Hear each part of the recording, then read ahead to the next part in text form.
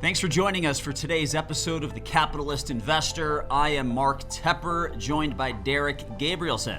Mark, how's it going, man? Good, buddy. Good. Got a little golfing in yesterday. It was a beautiful day here. Nice. So, yeah. I'm already dreading winter right around the corner. But fall's beautiful. It is. Fall's my favorite season of the year. No doubt. I mean, September weather, even like the first half of October, because then the second half gets a little dicey. Right. At least, I don't know where everyone's from that's listening, but here in Cleveland, it could be snowing on Halloween. Yep. Or it could be raining, which is actually worse than snow. And I have played golf in November and December here in Cleveland, so yeah. Well, last just winter never know. was very mild. Yep. I mean, our winter was like 50 degrees every day. Yeah. I'll take that again. Yeah, for sure. If I want to go skiing, I will hop on a plane and I will go to Colorado. I don't need to ski here. We don't have mountains anyways, right? So you're just going to go sled riding. Yep. All right, D. So for today's show, Warren Buffett just celebrated his 90th birthday. 90. That's an accomplishment in itself right there. Yeah. But then for a guy who's 90 to still be that sharp, it's pretty impressive. It really is. It's pretty impressive. It really is. Now, what I want to do for today's show is I want to address whether Warren Buffett is washed up. All right. Okay. Now, I didn't come up with this saying. I never said he was washed up. But if you follow Dave Portnoy, yep. Making some noise. The founder of Barstool, who sold the Penn National Gaming, net worth of, I don't know, over $100 million. He updates it almost weekly. I think it's up to 110. Is it? So he's hilarious. He is. I mean, the dude's an absolute riot. I love watching his videos. So it's just to fill everyone in. Dave Portnoy, if you don't know who he is, he's the founder of Barstool Sports. Sold that company, I don't know, a year ago to Penn National Gaming. So now all of a sudden he went from a hardworking guy who built the business to a guy who's worth over $100 million. He loves gambling on sports. But throughout the lockdown, sports ceased to exist. So it was tough to gamble on sports. So he decided he was going to create his own little day trading firm, right. DDTG Global, and post videos of him beating the pants off the market on a day-to-day basis. Right? Hilarious. I mean, some of the stuff he's wearing in these videos, he's always got a gavel in his hand like he's a judge or something. Like, it's just... I couldn't tell if it was like the hammer of Thor or if it was like a gavel, but it's just, he's absolutely hilarious. So if you don't follow him, you should follow him for entertainment value. No doubt. Don't take stock advice from Dave. Do not do that. I even had a comment, something along the lines of, I'm not a financial advisor. If you take stock advice from me, you are an idiot. Yep. But he's fun to watch, right? And he's kind of coined the phrase, stocks only go up. Right. That's been his motto, right? Stocks only go up. He'll sit there, pulling his hair out at his computer. I just lost, $100,000 today, but it doesn't matter. I'm going to be up 200 tomorrow. Stocks only go up, right? I mean, he's talking large numbers. I don't know how much do you know how much he invested of that 100 million or so? It's not 10 million? I don't know what he started with, but I know his swings are 6 digits every single day. So he's got to have 5 to 10 million in there. Yeah, I would think something like that. Right. So with that much starting capital, swings of 100,000 or in a day are typical, right? So Dave Portnoy, a guy who's worth a little over 100 million, versus Warren Buffett, a guy who's worth about 80 billion. Okay. Dave Portnoy looks like he's, maybe a little older than us, early 40s? Yep, I'd say that. Yeah. Warren Buffett's 90. Right. Warren Buffett's been doing this for a long time. He's been very, very successful. But Dave Portnoy, during the crisis, started to... I think he was speaking in jest as he was doing this, but he started taking some shots at Warren Buffett. Right. Specifically, the specific scenario is when Warren Buffett announced that he had sold all of his airline positions. Right. Right. At the same time, Dave bought them close to the bottom. Okay. Now, it's typically dangerous to try and catch a falling knife. Right. Very dangerous. Very dangerous. Especially when that industry has really no clear path to getting back to where it was. And yeah, it's going to be very, very difficult. So from a trade standpoint, so I guess that's the first thing we should talk about, D. So as we're kind of talking Warren Buffett versus Dave Portnoy, actually, let me get into the quotes Okay. to put this in perspective, and then we'll talk about the difference between investing and trading. Okay? So here are some quotes from Dave. I'm sure Warren Buffett is a great guy, but when it comes to stocks, he's washed up. I'm the captain now. I love the guy. He's awesome. Here's the next one. I'm not saying I had a better career. He's one of the best ever to do it. I'm the new breed. I'm the new generation. There's nobody who can argue that Warren Buffett is better at the stock market right now than I am. I'm better than he is. That's just a fact. Just absolutely amazing, right? And in his daily videos that he'll put out, he's always fighting the suits. I love that, right? He's going after your typical Wall Street broker, Right. who really doesn't exist anymore. No, But in definitely. Dave's mind, that person exists. There's not a lot of quote unquote suits running around. I'm wearing a t-shirt and a sport cap. Now, our dress code has obviously come down about 17 notches Right. since lockdown started, right? Putting on pants is a big step for a lot of people these days. There was a guy on CNBC who was walking around in his underwear.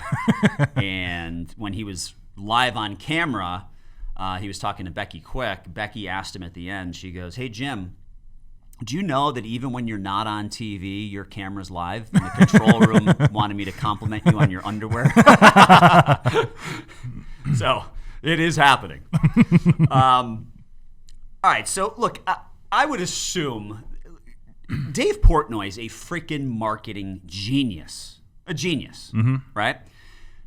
A lot of these comments are designed to ruffle some feathers, stir up controversy, because when you do that, things go viral. Right. That's what it's all about these days. And he probably doesn't mean it, but man, he's going to say it, and everyone's going to talk about it, and Fast Money's going to have him on and interview him, and Fox Business is going to have him. I mean, he's everywhere right now because he's vocal. He's out there. He's putting out videos, and he's entertaining, and people like that. Yeah, he's creating great content. Right. That's the key to his success. Right. And if anyone doesn't know, he basically started from, he was putting out like a one-page like newspaper that was covering sports gambling. Yeah. That's where he started from. I think it was like 18 years ago. So it's just a great, American success story. It's awesome. But him and his whole team are just hilarious. Yeah. And then they have so much great content, and he is at the top just pushing it all out there. Yeah. It's really great. No, he does an awesome job. All right, so a lot of this was just meant to ruffle some feathers, make it go viral. But D, let's talk a little bit about the difference between investing and trading. All right. All right, because Warren Buffett is an investor. Right. Davey Day Trader, or whatever he calls him, he's a trader. Right. Right. So, from your perspective, what's the main difference between investing and trading? Well, trading, I would say, is a lot more like what he is used to, a little bit more like gambling, right? Yeah, yep. Not a whole lot of specific goals up front other than making as much money as you possibly can. Yeah. Which sounds great in the short term, especially when you're buying in at the bottom, kind of like he was, especially with some of the sectors. And, I mean, he's made a lot of money, and they were great moves. But it's much more of a short-term, much more of a lack of long-term focus, I would say. Yeah. We're looking for quick hits here. You can ride the momentum wave, right? Quick hits. You're in. You might be in and out in a day. You might be in and out in a week. Right. Right. Versus investing, which the suits, the quote unquote suits like to do. It's just a much different game, right? It's a lot different when you're worth $110 million or maybe even more now, and you're betting with the amount of money that doesn't really matter to you anymore. Yeah. Versus what investors do versus what, Berkshire Hathaway. Right. You can't go out there and be taking clients' money, putting it all on airline stocks at the very bottom with no clear path up.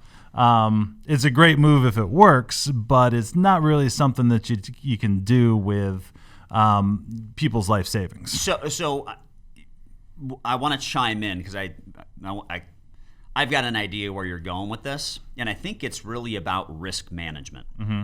Investing is not always about getting the highest rate of return. Right.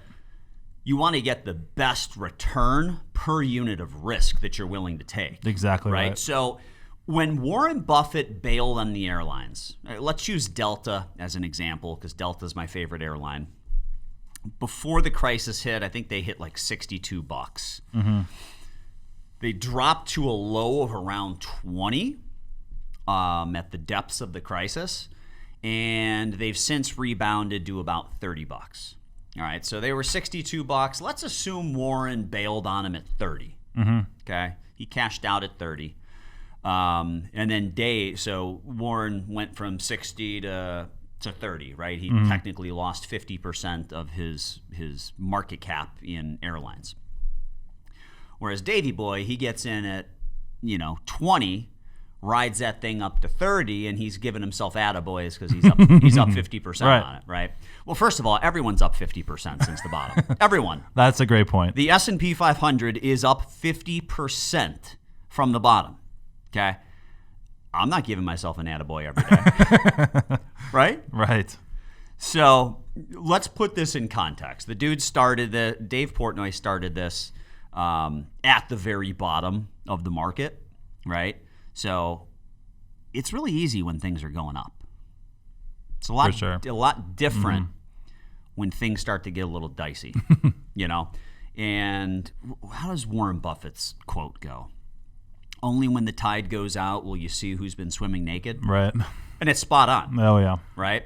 So when Warren Buffett unloaded his airline positions, he didn't do it because he thought he could potentially make more money over the next week had he kept them. Mm-hmm. He did it because there was too much risk, right? Mm-hmm. Nobody knows what's going to happen with that industry. Right.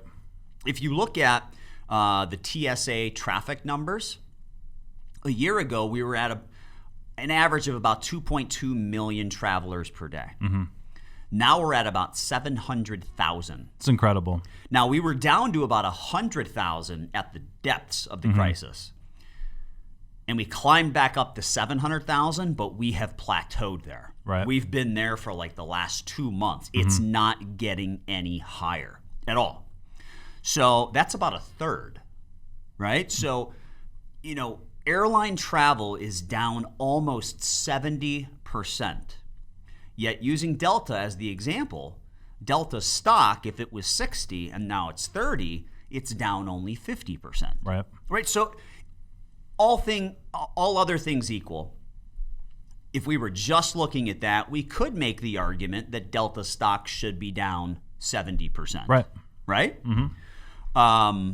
But it's not. So from that standpoint, it would be overvalued. Right. Now, there's a lot of other things that obviously come into consideration. We're just kind of looking at it in a box. Right. But so from a risk management standpoint, you can see why Warren did this. Right. Right. It's hard to predict the future, and that's really what Warren Buffett is all about, and really his whole platform, that he's essentially created on his own.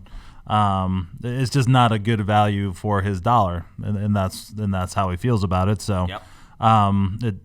An opportunity cost, right? Yep. So I'm not sure exactly where you wanted to go next, but it's a risky proposition what Portnoy is doing, but he's very entertaining as he does it.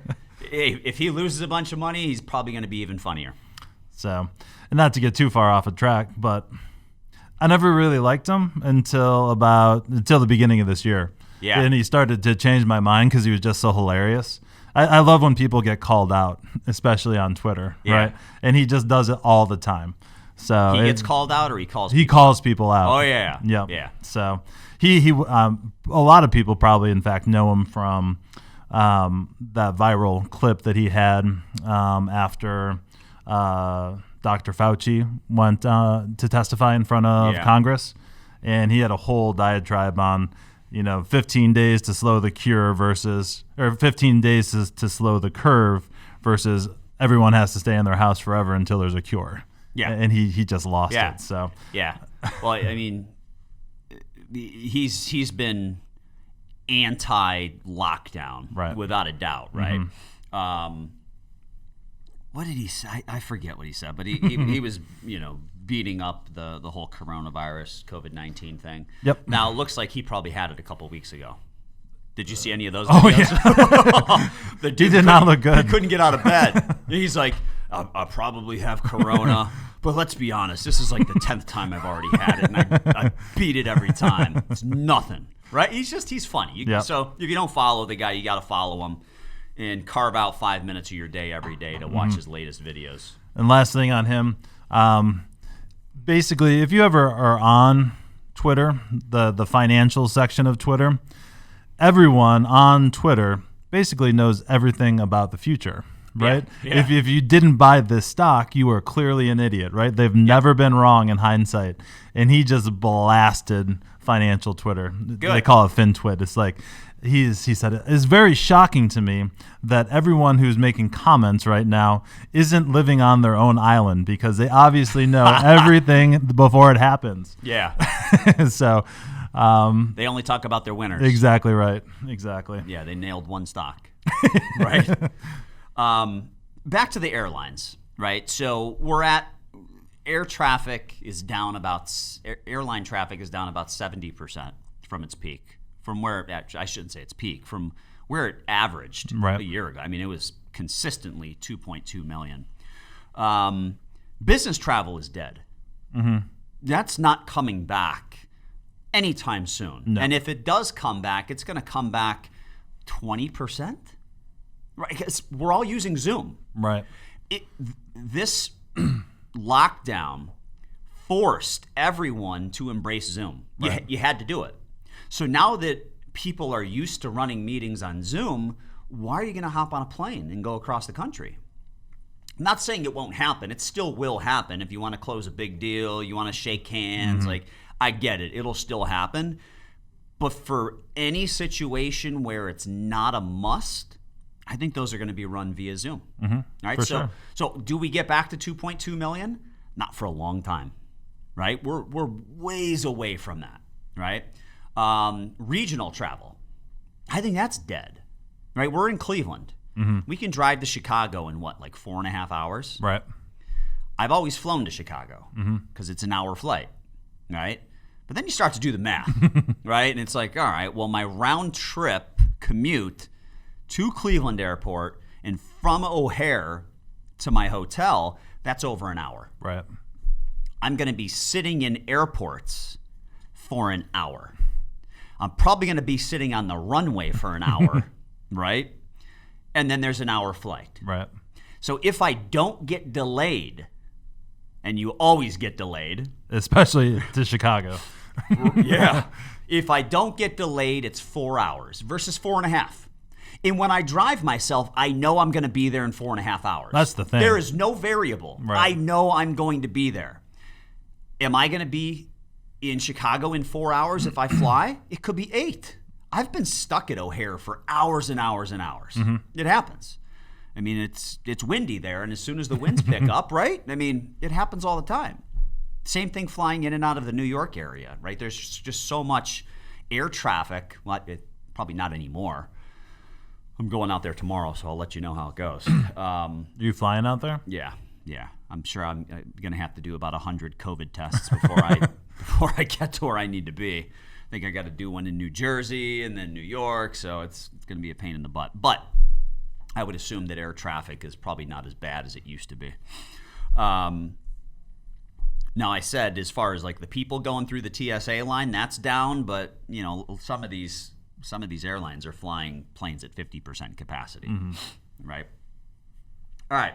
So back to Warren Buffett. The initial question is he washed up? Okay. Warren Buffett is a value investor, right? So he seeks to identify companies that are undervalued relative to what he thinks they should be worth. Right. Using, discounted cash flow models and stuff like that. He wants to buy companies that have a margin of safety. But when you look at his holdings, I had it written down somewhere. Okay, let's see what we got here. When you look at his holdings, he's very heavy in financials, consumer staples, and like old school consumer staples and old school industrials, right? Like he's been in and out of the railroads, right? Right. Not innovative stuff.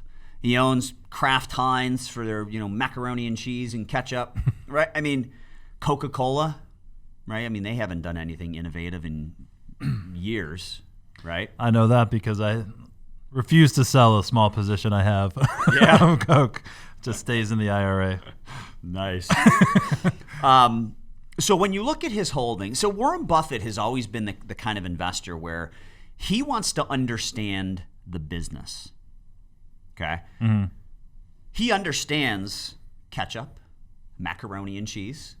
He understands that railroads, that's how freight is moved, right? And he understands that Apple sells an iPhone. Mm-hmm. So Apple's his biggest holding. It's 44%, which has been great for him. Great. But the rest of his stuff is boring. Have you looked at his holdings at all? Mm-hmm. Yep. I mean, banks like Wells Fargo, Bank of America, just boring, low-growth positions, right? Yeah, and I remember when he went into Apple, kind of when this was when Apple was talked about on, CNBC for basically half the day, right? Yeah. And it was a big deal that Warren Buffett got into it because it really didn't fit into He's never been a tech investor. his typical model, Yeah. right? And he basically just went on TV and said, guys, this is just way undervalued. Yeah. And I've seen him say the same thing multiple times. The iPhone, right? Like, how much time do you spend on your iPhone in a day? God, throughout the day, at least an hour, Yeah. right? So 5 minutes here, 5 minutes there. It's got to be an hour. I remember people posting their weekly screen shares for their weekly time on their phone. But people are on their phones, at least an hour a day. I think I got my report on Sunday. It was something like 3 hours a day. Yeah. So, but I'm especially when I'm at home, I'm taking phone calls. Yep. I'm doing email. I'm on Twitter. Yeah. On all these things. It's expensive, but it's such a great value to what you get for it. Yeah. Right. So I'm going to buy the new iPhone pretty much every time it comes out because I've been an Apple fanboy from way back. Yep. But it improves my experience every single time. And if I'm using it so much, it seems like a no-brainer to me. So Yep. that train of thought, though, I feel was kind of divergent from where he went before. It is. It's the only innovative holding in his portfolio. Right. Nothing else. Coke is not innovating, No. right?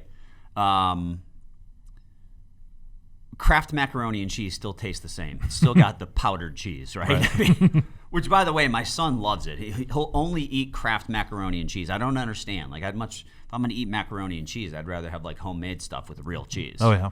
Not him. Or at least the shells and cheese. Right. Yeah. Dude. Ramp it up with Velveeta or something. You know? Yeah, the Velveetas are good. Ramp that up. I actually got a six-pack of that right at the beginning of the lockdown. Nice. Did that contribute to your quarantine 20? It did, yeah. I'm still trying to work that off on my Peloton. Right. Well, I mean, I mentioned I'm wearing a T-shirt and a sport coat today. That's only because I can't fit in my suit pants anymore.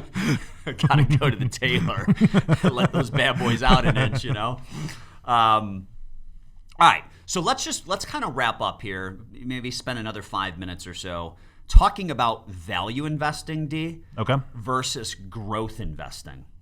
Okay? Because Warren Buffett's a value investor. Right. I personally think value stocks are going to lag growth stocks for the foreseeable future. There's no innovation in value. So when I look at the breakdown of the Russell 1000, the growth versus the Russell 1000 value, here are some things that stand out to me. Number one, you look at the technology exposure in each of them. Right. Tech makes up 56% of growth. It's only 9% of value. Yeah, we both have the same page marked in the same spot. That just jumps off the page, right? Yeah. And you really see the world changing. I mean, I don't know if it's as simple as that, but these after. So, kind of my thoughts on this subject. I think that the tech bubble in 2001, I think that put in a lot of people's minds that these tech stocks were bad and these tech stocks were risky, right? Yep. But as time goes on, these tech stocks are really the things that are changing our lives. Oh, yeah. Right? I mean, Amazon going from an online retailer that sells only books and they lose basically 25% just by sending each book out. Yeah. Now they rule the world. Right. Right. By my house, there's a giant new distribution center, but it wasn't only that distribution center that went in. There's a hotel and a gas station. I mean, just popping up out of nowhere, right?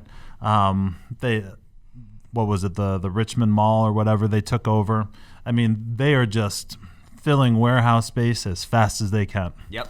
To me, that makes them less risky, right? Just because they're a tech stock doesn't necessarily mean they're inherently risky. Correct. And I think that's kind of the line that's been blurred in the last probably 3 years specifically. But really, see, I remember, I was on Fast Money.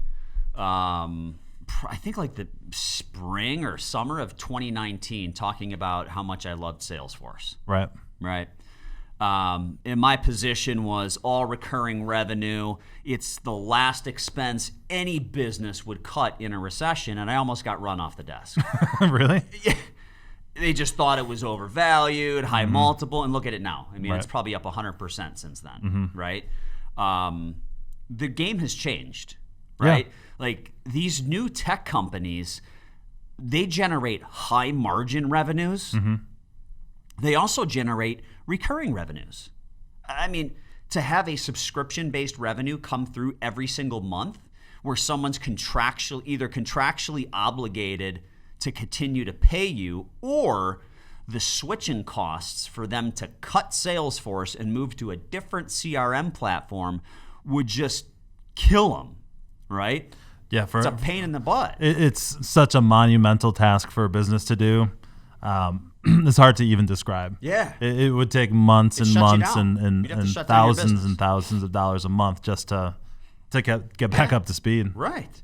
But that's what we're looking at nowadays. This is a tech-heavy world where lots of traditional ways of living and doing business in America have been upended, and things are now being done through technology. Right. So the big things that stood out to me, D, were growth versus value. Value is significantly underweight tech, but it's also significantly overweight two dead money sectors: financials and energy. Energy has been an absolute graveyard for your money since like 2014. Right.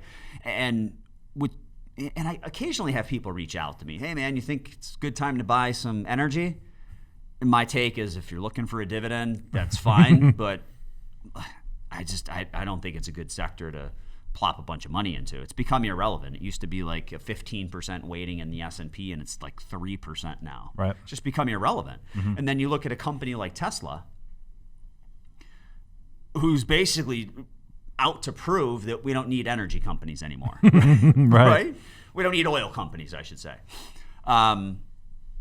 So those are the big things I noticed there, D. And from that perspective, I don't think value's ever going to play catch up. And Warren Buffett is a value investor. Right. Heavy consumer staples, heavy old school industrials, heavy financials, and he kind of got lucky with his tech position. Right. So growth is where I think the future is. Right. And if we kind of look through the different decades, growth outperformed value by about 1% per year in the 80s. Growth outperformed value by about 5.5% in the 90s. Most of that came in the last 2 years with the tech boom. In the 2000s, growth underperformed value. Growth was down 4%, value is up 2.5%. And that's just kind of a funky decade to use because you start off with the tech bubble that burst, and then you throw in at the end of the decade the Great Recession. So, it was maybe an anomaly, 2010s. Is that what we call them? 2010s? I guess so. 2010s.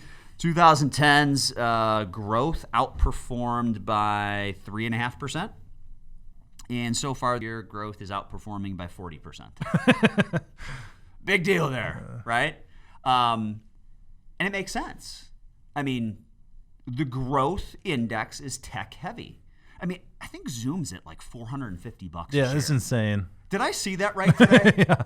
I mean, that's something that when it was $150, I just thought it was ridiculously overpriced. Right. So it's not on our watch list because it's so expensive, but I think it's like $450. Yep.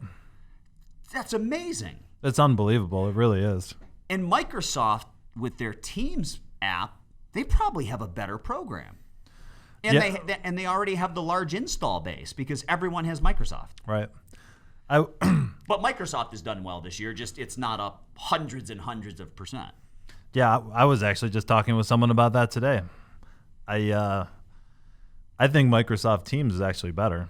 Yeah, honestly, it does. It's not gonna freeze on you. Exactly. I mean, I've had issues with Zoom where I'm setting up meetings and sometimes they set up a waiting room for me that I never chose. Yeah, there's a bunch of settings you gotta click. I'm clicking them, but it just seems like their software is clunky. It's got glitches. But hey, man, to each their own. I mean, people are using it now, so. But the future is tech, right? And you don't get that tech exposure in value. So is Warren Buffett washed up? No, the guy's not washed up. He's investing, right? Whereas Davey Day Trader is day trading. And he's having fun doing it. And that's great. I believe some days he's even picking some Scrabble tiles out of a hat to figure out what to buy. That's awesome. So that is awesome. So look, Warren Buffett's not washed up. He's obviously the greatest investor of all time. But he invests in companies he understands, and they're kind of boring companies. Right? So look, his goal is he's not buying. Here's the last thing we should wrap up with. Davey Day Trader buys stocks. Warren Buffett buys businesses. He buys the business by acquiring the shares of the company's stock. But he enters into that transaction looking at the total value of the business. Warren Buffett could never invest in Tesla. They make no money. No money. I don't know what their market cap is, but it's got to be $300-400 billion. They don't make any money. Now, they fudge their numbers, and it looks like their earnings are positive, but their earnings are only positive because they're selling zero-emission tax credits to other automakers. It's not because they're selling more vehicles, right? So those zero-emission credits, as the other automakers roll out their own electric vehicles, they're not going to sell those zero-emission credits anymore. So that is a fading revenue source. That is going to fade over time down to zero. And then they got to figure out how to sell more cars, right? So a company that makes no money, where you're strictly buying it off of its potential, That's just not something Warren Buffett would do. Now, for those people who've bought Tesla, good for them. I mean, it's done you well. But it's just not something Warren would buy because doesn't fit in his criteria. Right. That doesn't make him a bad investor. It means he has a disciplined investment process and he sticks to it. We don't hit them all. I was joking with Robbie and Nate yesterday about Lulu. I tried to talk him into adding Lulu on the pullback, and it's always too expensive for us. Right? But it just keeps becoming more expensive. Hindsight's 20/20. I wish we would have gotten it, right? Missed out on getting into Nike. But look, we've held NVIDIA, we've held Apple, we've held Salesforce. So there's lots that we've done very well with, But you don't hit them all. Are there times where we have a risk management process in place, probably not quite up to the snuff of Warren Buffett, but if a stock moves the wrong way on us, even if we love the company, we call it a loss, right? We take the L and we move on. We sell it. Right. Sell it at a 10% loss. Do we think we got the best bang for our buck with that trade? No. But it makes sense to manage risk. Live to fight another day, right? Yeah, for sure. Take your capital and reinvest it elsewhere. And that's what we've talked about on the show before. It's if you're out there and you're looking to invest versus day trade, you have to start with kind of your own mission statement, your own list of criteria, because almost immediately emotions will get involved. Without a doubt. You'll pick that stock, you'll do hours of research on it, you'll wait for the perfect entry point, you'll buy it, and boom, it's down 10%. You got to set your stops in advance, right? And we've said this, you have to plan your exit on day one. Right? I don't care if you own a business, you should know your exit plan on day one. Right. If you buy a stock, you should know when you are going to exit that position.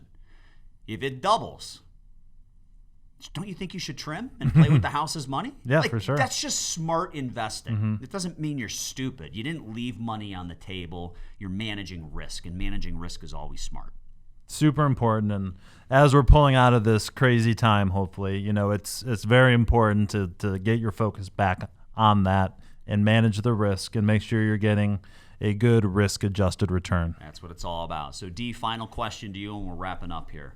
Who would you rather have manage your money, Warren Buffett or Dave Portnoy? Well, if I choose Portnoy, could I hang out with him every once in a while? Yeah, we'll allow that. I'll go with Portnoy.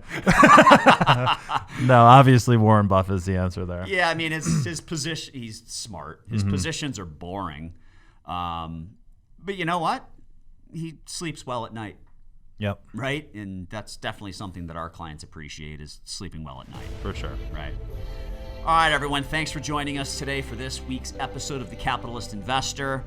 As always, shoot us an email if you have questions, info@swpconnect.com.